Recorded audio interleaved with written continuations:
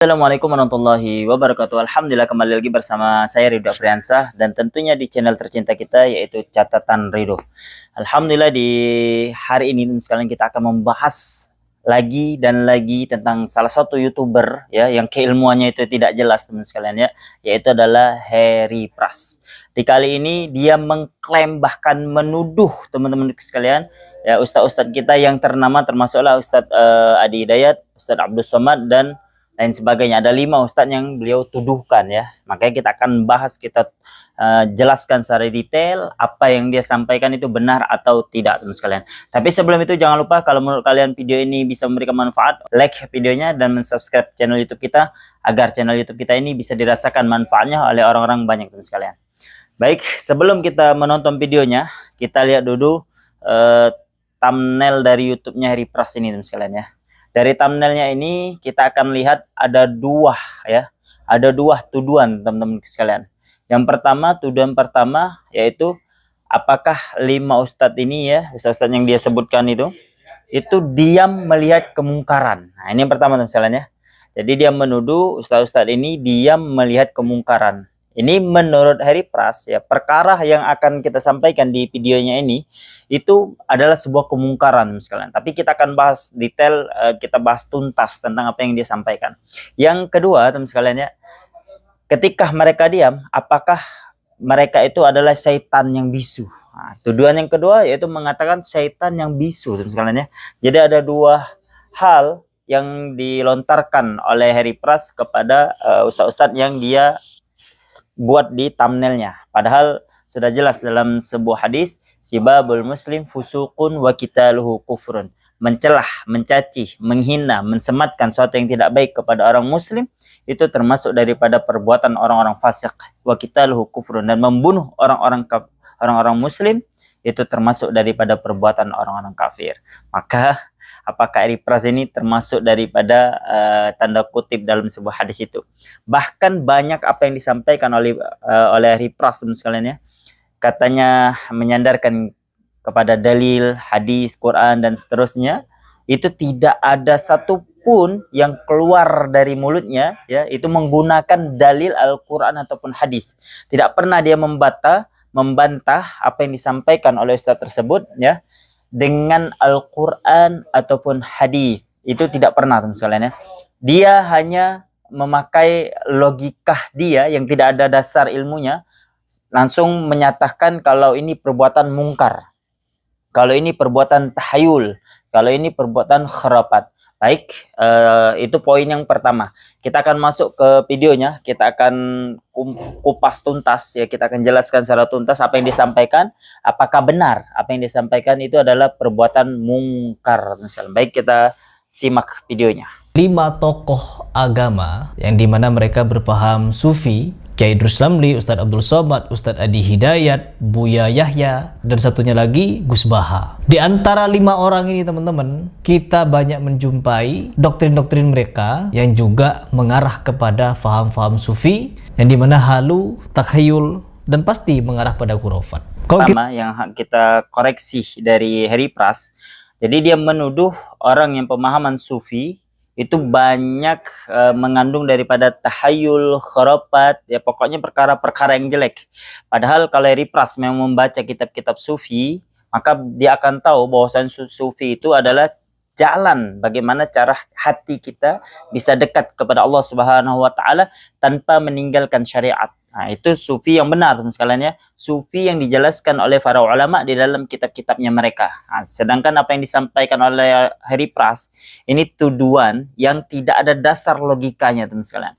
Boleh kalian cari di kitab manapun sufi itu tidak ada yang tahayul atau khurafat ya. Boleh lihat, boleh diteliti ya teman sekalian ya. Jangan sampai seperti Harry Pras tanpa dasar. Mana dalilnya Harry Pras?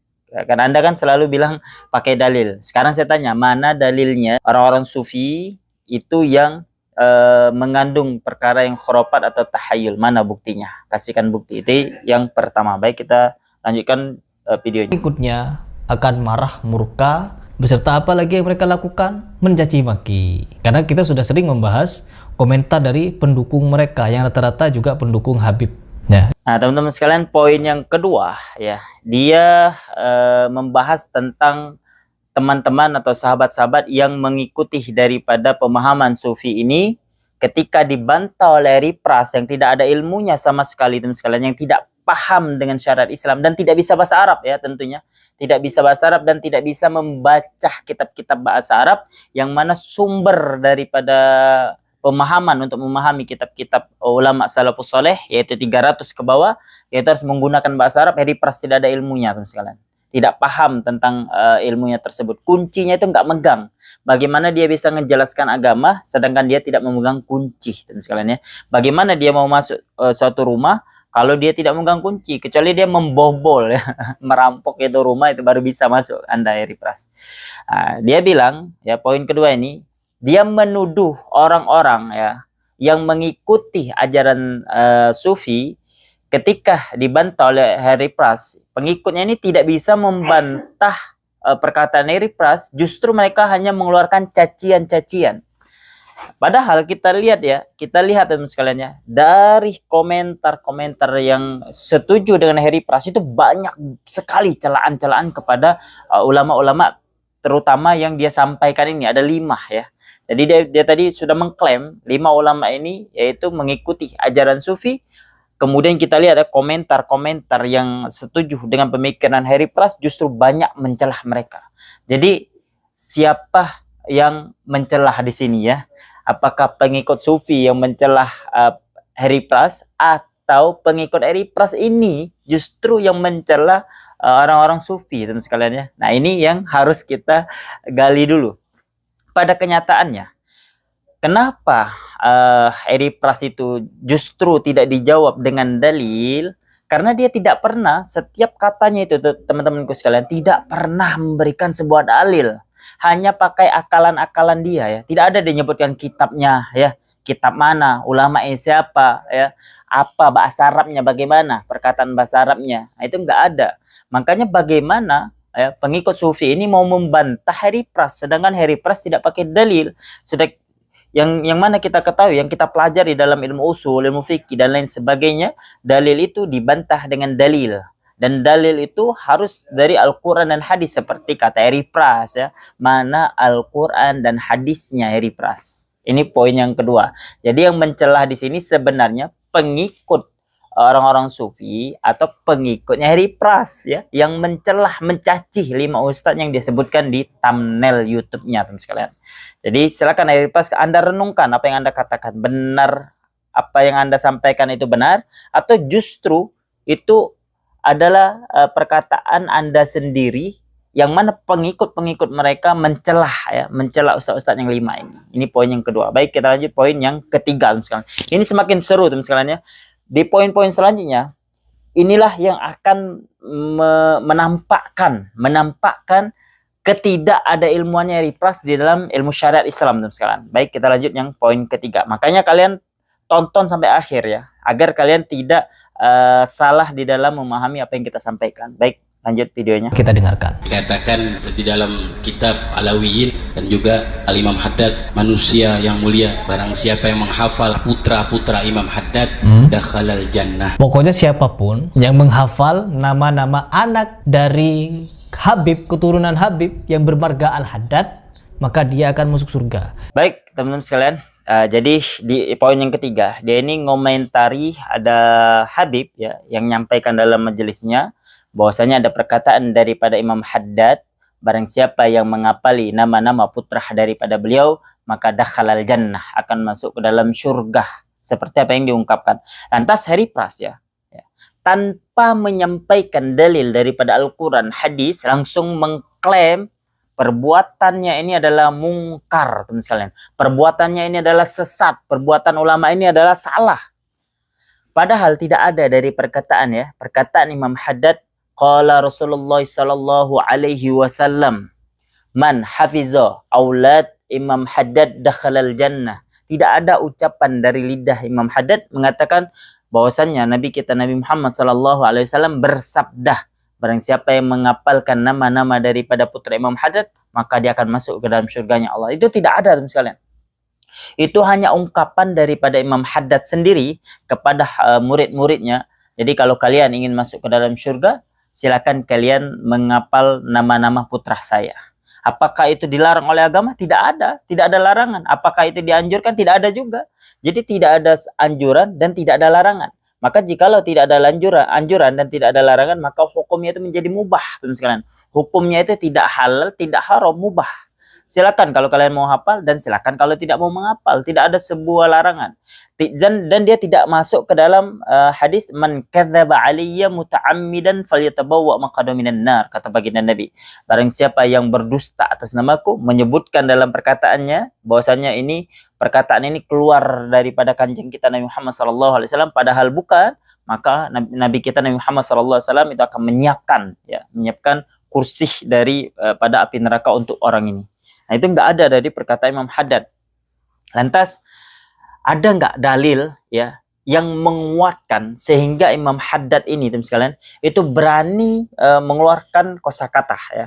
Yang pertama kita ketahui dulu ya, yang pertama apa yang disampaikan oleh Imam Haddad ini perkara mubah. Ini yang pertama dulu, perkara mubah. Kenapa? Karena tidak ada dalil dari Al-Quran yang mengharamkan orang untuk menghafal nama putra-putra Imam Haddad. Ini yang pertama. Dan yang kedua, tidak ada juga yang menghalalkan, tidak ada juga yang menganjurkan untuk orang-orang menghafal nama-nama daripada putra daripada Imam Haddad, teman sekalian. Jadi tidak ada larangan dan tidak ada anjuran ya. Berarti hukumnya mubah. Ini yang pertama, poin yang pertama.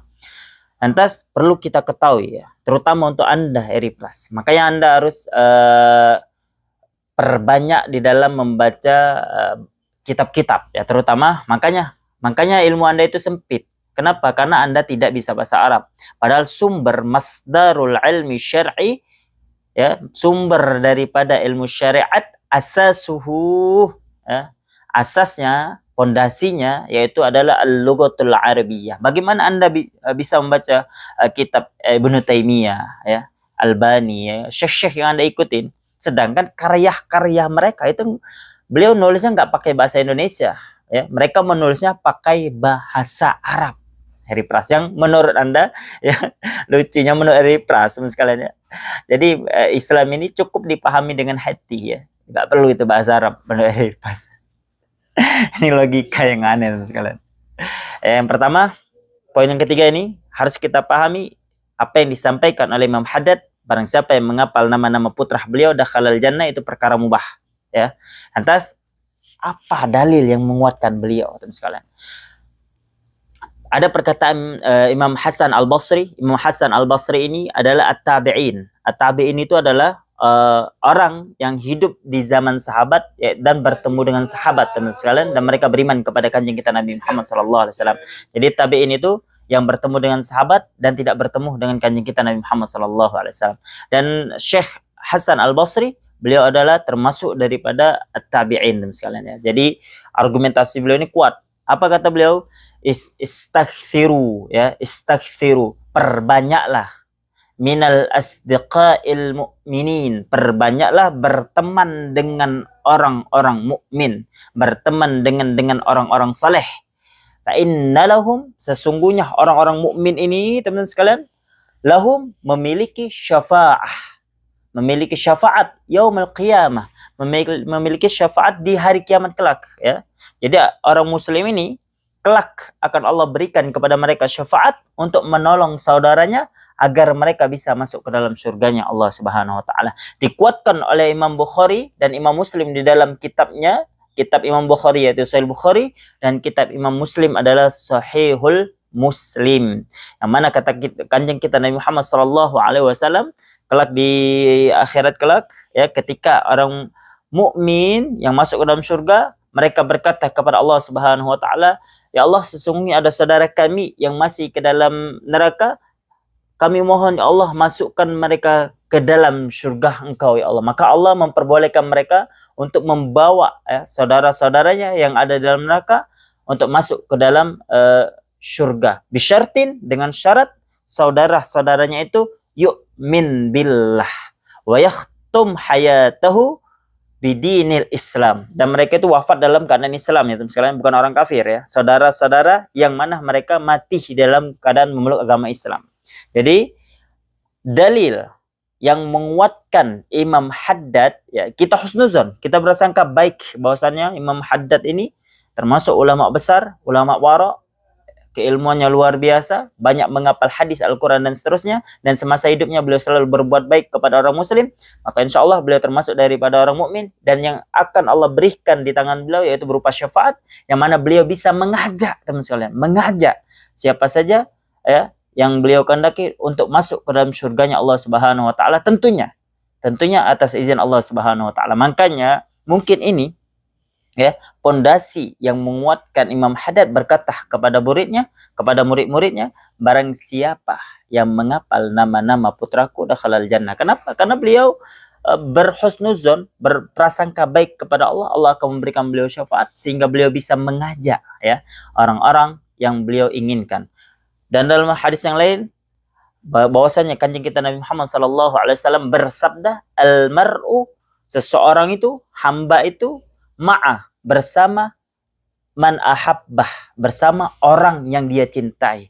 Dengan mereka menghafal nama-nama murid Imam Haddad, mereka cinta kepada Imam Haddad, yang mana Imam Haddad ini insya Allah masuk ke dalam surganya Allah, maka beliau akan mengajak teman-temannya ini ke dalam surganya Allah. Dalam ayat suci Al-Quran bahwasanya kelak di akhirat ada orang beriman ya yang saling mengajak ke dalam surganya Allah, yang mana mereka ini semasa di dunia mereka berteman mabniun ala asasi taqwa, yang mana mereka ini pertemanannya dibangun dengan ketakwaan, dan sebaliknya ada dua saudara yang saling mengajak ke dalam neraka Allah. Kenapa? Karena semasa mereka di dunia mereka selalu mengajak dalam keburukan. Jadi ada pondasi yang dipakai oleh Imam Haddad. Kecuali Imam Haddad berkata, qala Rasulullah, bersabda baginda kita Nabi Muhammad SAW, bahwasanya barang siapa yang menghafal putra-putra daripada Imam Haddad dakhalal jannah. Baru ini perkara mungkar ya. Jadi poin ketiga, tidak ada kemungkaran seperti apa yang disampaikan oleh Pras dalam perkara di video yang disebutkan. Jadi Hari Pras, ya, Anda harus membuktikan kalau ini memang perkara mungkar. Mana dalil Anda dari Al-Quran dan Hadis?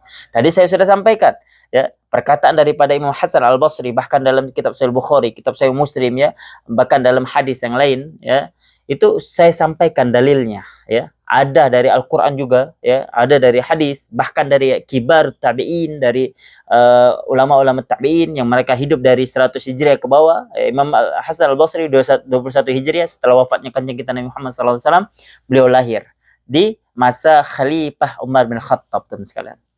Ini poin yang ketiga. Jadi tidak ada dasar Hari Pras menuduh perkara ini mungkar, itu nggak ada dasarnya. Makanya Ustaz Adi Dayat, Ustaz Abdul Somad, ya, Ustaz Idrus Romli, ya, Gus Baha, itu tidak membantah. Kenapa? Karena perkara ini bukan perkara mungkar, teman sekalian. Ya, ini poin yang ketiga. Berarti dia salah, sudah ya. Karena saya berani bilang salah. Kenapa? Karena nggak ada dalil dia. Kecuali dia ada dalil, silakan berikan dalilnya, kita argumentasi. Ya.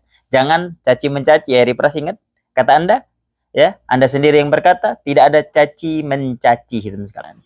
Baik, kita lanjut poin selanjutnya, teman sekalian. Ini video lumayan panjang, bakal panjang, teman sekalian. Kritik.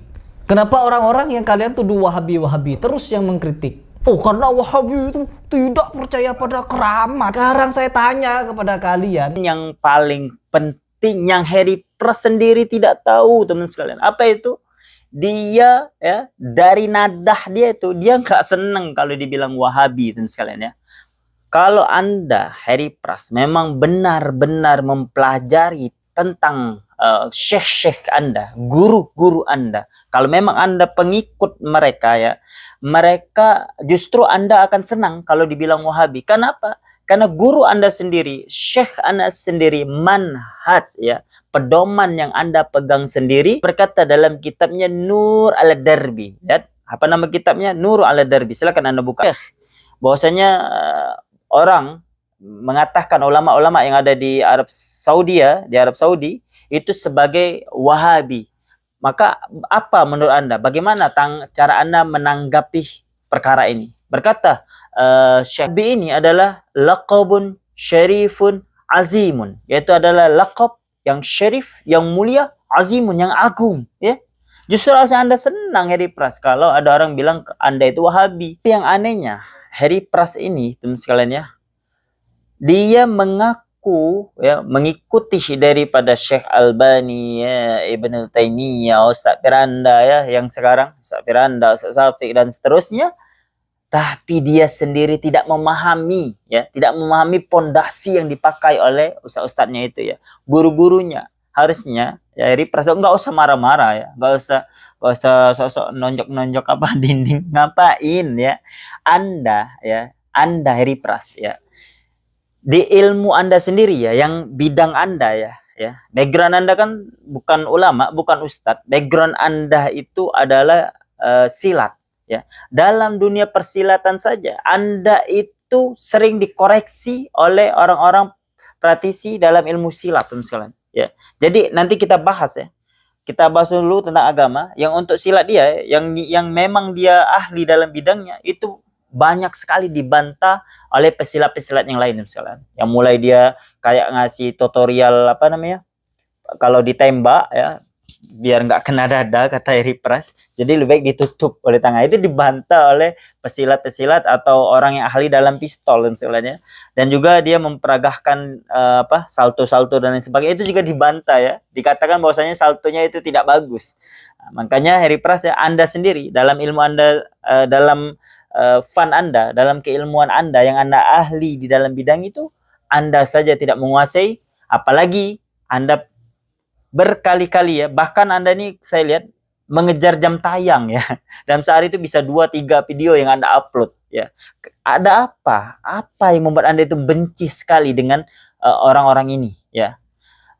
Jadi kalau memang menurut Anda itu mereka ini khurafat tahayul, berikan dalilnya Harry Pras ya, Al-Quran dan hadis ya. Ingat, Anda sendiri yang bilang, berikan Al-Quran dan hadis yang mereka ya ingat, yang mereka tahayul, khurafat dan lain sebagainya, yang seperti apa yang Anda tuduhkan dan sekalian. Sekali lagi, sibabul muslim fusukun wa qitaluhu kufrun, menghina, mencaci, menuduh orang muslim itu termasuk daripada perbuatan fusuk. Fusuk itu adalah perbuatan yang fasik ya. Wa qitaluhu kufrun, dan membunuh orang-orang muslim itu termasuk dari perbuatan orang-orang kafir, teman sekalian. Baik, mungkin ini saja video yang kita sampaikan. Semoga Harry Pras Anda merenung, tadabbur ya, merenungkan. Anda benar-benar belajar ya. Pelajari dulu kitab itu, barulah Anda koar-koar di sosial media.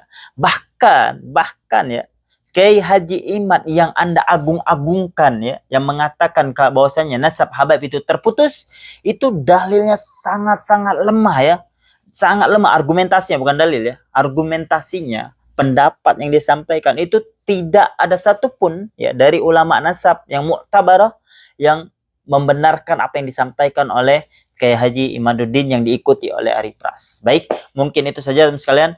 Jangan lupa kalian subscribe YouTube kita ini kalau menurut kalian bisa mengedukasi dan bisa mencerdaskan kalian, tidak gampang diprovokasi oleh, termasuk oleh orang-orang seperti Harry Pras ini teman sekalian, yang mana keilmuan dalam agamanya itu tidak ada pondasi, tidak ada dasarnya teman sekalian. Kenapa? Karena dia saja tidak bisa bahasa Arab. Bagaimana kita mau mengakui keilmuan daripada Harry Pras ini teman sekalian. Dan kalau menurut kalian video ini tidak memberikan manfaat, gak usah tonton misalnya, kalian skip aja dari awal ya. Tapi jika video ini memberikan kalian manfaat, jangan lupa kalian subscribe dan kalian like dan kalian share, bagi-bagikan ke teman-teman sekalian. Semoga video ini bisa menjadi amal jariah saya dan untuk kalian yang menonton video ini. Baik, syukran. Assalamualaikum warahmatullahi wabarakatuh.